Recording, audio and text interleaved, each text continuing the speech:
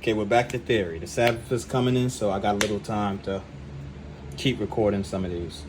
So, back to our theory. We left off. We explained and everything like that. And don't worry about that. You keep doing your practice and everything like that. You can either keep doing your practice and come back to this and watch these videos, or you can keep watching videos and just practice. Like you don't have to worry. We're not going to do anything with these other ones just yet. I may put some videos in here for me and JD. They're more advanced. I'll make sure to have like an advanced title on this, so you know I don't got to worry about that. You can just look at it for fun and everything like that. If you just still want to watch it and everything, those will be a little bit more advanced, but we're kind of gonna go and we're gonna keep on with the theory. So this is our C major triad. We just talked about that. Your practice was finding it and moving it and playing it. Something I gotta point out: when you move it, that is no longer a C major triad. Okay, this is the only C major triad. Your practice that's just to move it around so you get used to playing other notes. That's just practice. When we come back to theory and we start talking about theory, this is not called a C major triad. That's not. These are the only C major triads. All those other chords have different names. So we're just gonna explain the basics, right? And then we'll get into what all those other things mean. So here's our other chord type. So let me kind of do it like overview and everything like that. So Jay, this is something you want to catch too. The different chord types you have, or there's a lot, but here's just some of the basics that we're gonna go over. Is your major chord, your minor chord, your augmented chord, your diminished chord,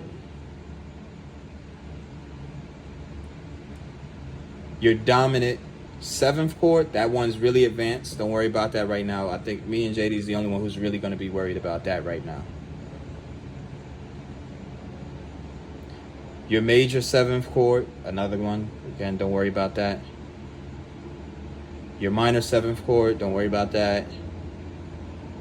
Your half diminished, and then your full diminished. You don't see it here, but this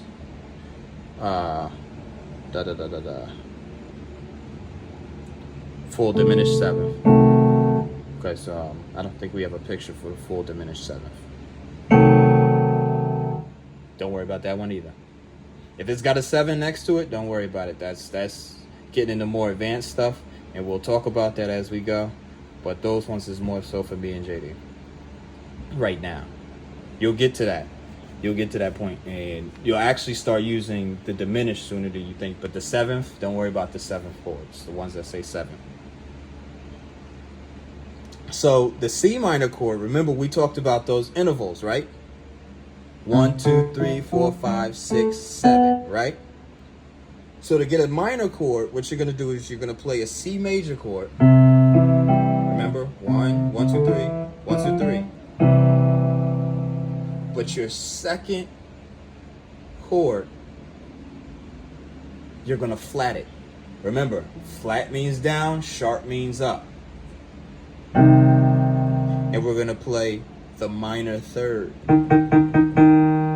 Remember, this is the minor second, this is the minor third, minor fourth, minor fifth, minor seventh. And that's how you get the minor chord. You notice that the C major has more of a bright sound,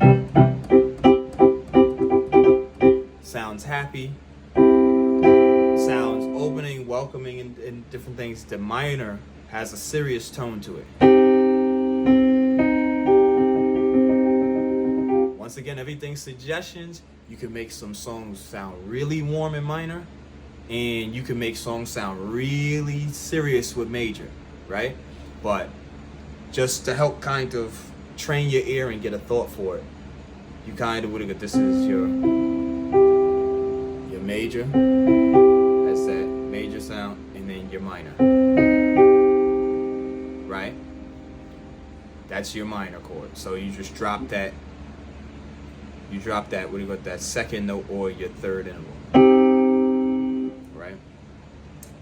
Let's go through. We're kind of just going over. Once we get to our practice song, Lean On Me, you're not going to quite need these so much and everything, but you do want to understand. You want the theory to kind of understand what's going on behind some of it, but I'm just giving you an overview. Augmented chord. I was trying to find out where, because like I told you, I'm taking the theory that I didn't know and I'm applying it to everything I already know how to play. So I thought I didn't play augmented chords a lot. It turns out I do. I just didn't know what I was playing was an augmented chord. But an augment chord has a mysterious sound to it. And to get an augmented, we play that C major chord. But now we take the third note and we sharp it. So we sharp that. And it gives like kind of that mystic.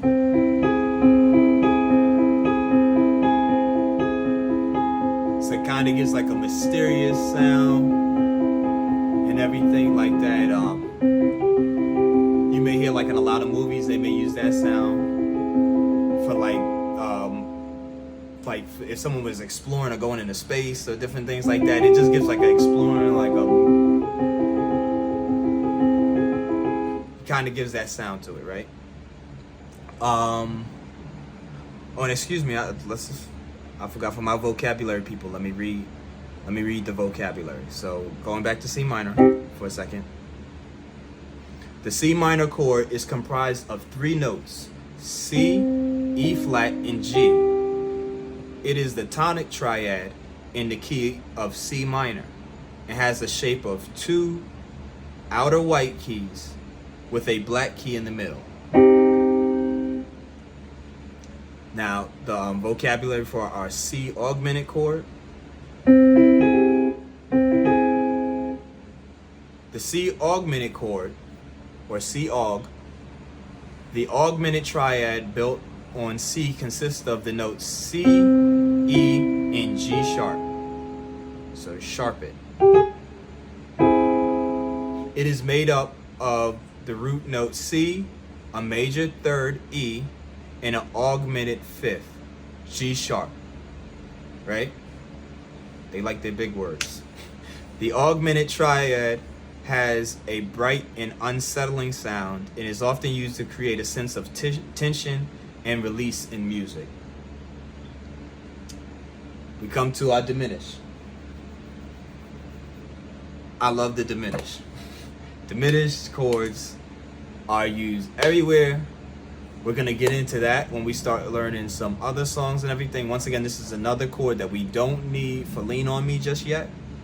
Lean On Me is going to be our first step into playing chords and getting a feel for the keyboard. When we get into our other songs, we're going to start talking about diminished chords.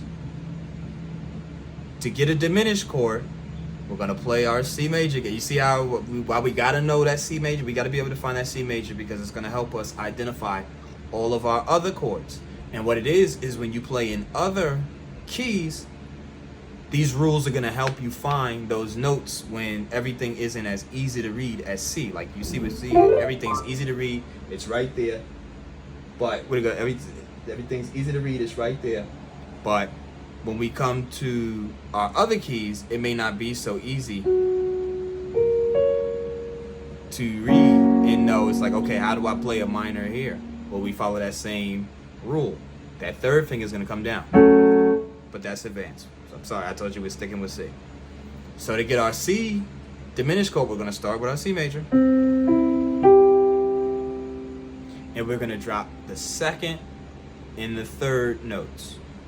We're going to flat them.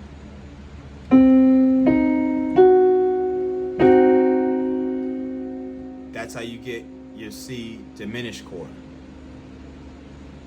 Now, explaining the C diminished chord is when you play a song, you have different notes that you have different places that you go to. The best way is to give for me, just to give you an example. So If you say Mary had a little lamb. Mary had a little lamb, little lamb.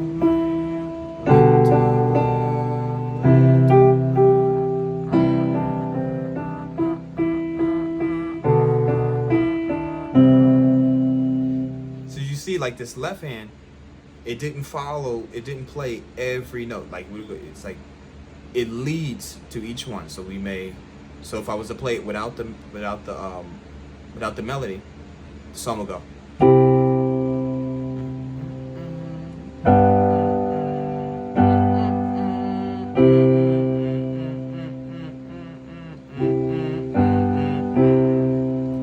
Right? The reason I bring that up is you have your notes or your bass chords that you go to for a song. But sometimes you want to spice it up. Sometimes you want something in the middle to help walk you to where you want to go, right?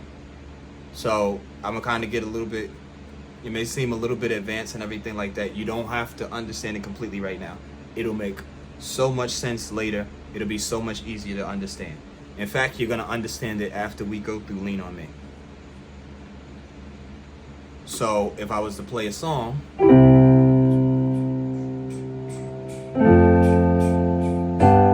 let's say that's how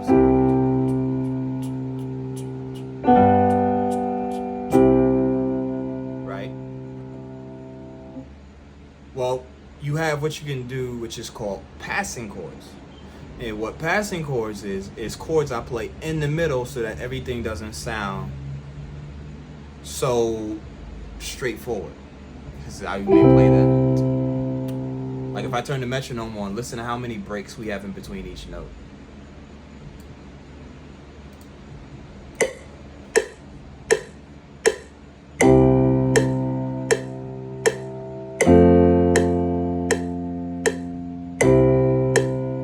Let's do this song. This is a basic song. This is one of the first songs I learned.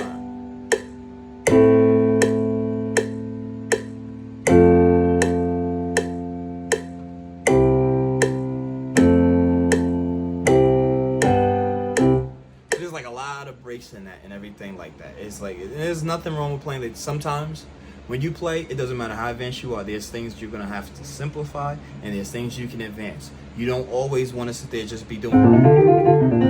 You don't want to be doing that all the time and everything like that. Like not every song. You know, like not every song because.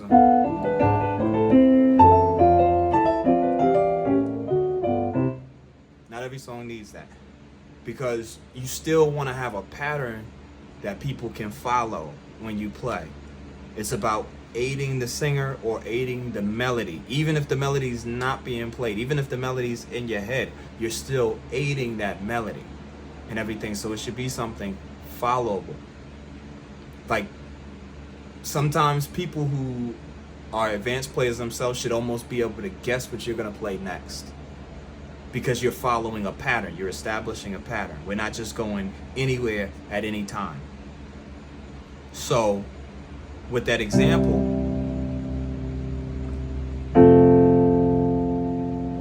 and I guess you say, why did I go down this rabbit hole? Because I want to explain to you diminished notes.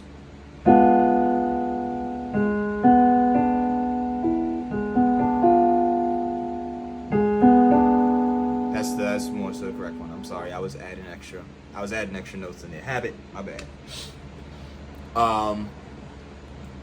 So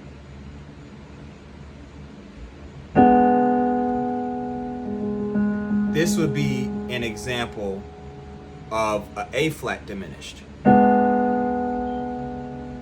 It's the same thing as a C diminished, but but in the key of A. Why am I doing that? Because it's a passing. So if I'm here, so I'm in F, I'm playing a F major chord, and I want to get over here to A. So remember we played that song.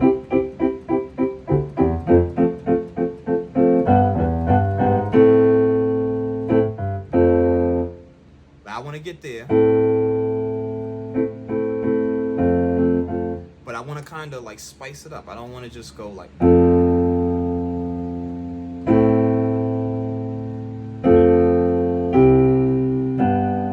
I want to kind of spice it up. I want to walk there. You can add in a diminish to walk up. Like I said, you don't have to memorize this all right now. I just want to give you examples with what I'm playing so that you kind of you have something to identify him with. I don't want to just say, oh, this is diminished. This is a minor. This is a major. This is what do you call it? This is a C dominant. And then you don't know like what that means. It's like that's just a bunch of random sounds. I want to give you examples of where you may have heard it in music. So that passing chord, if I'm on the 4 in the key of C major, 1, 2, 3, 4. Remember that from the practice? Now I want to go to my 6 or A. This would be called the A minor chord. We'll explain why it's not important. I can throw in a diminish one flat below it, or you could call it, there's different names for different things. I can call it one flat, one note down. I could throw in, you can call it a minor 6, whatever you want to call it. I can go like this, and now I want to go like this.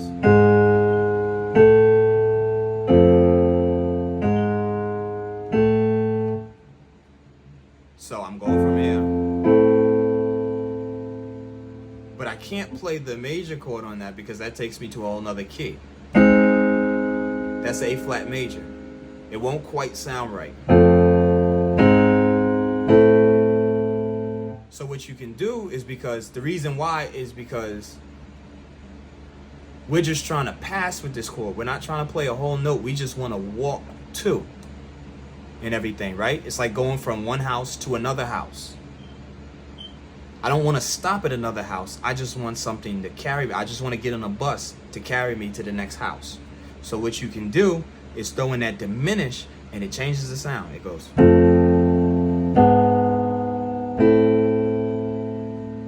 So that's one use of a diminish, right?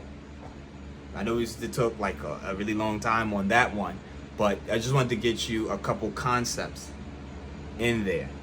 So now we get to the 7ths. So I'm gonna stop there. I will explain the next one, but that's gonna be an advanced one.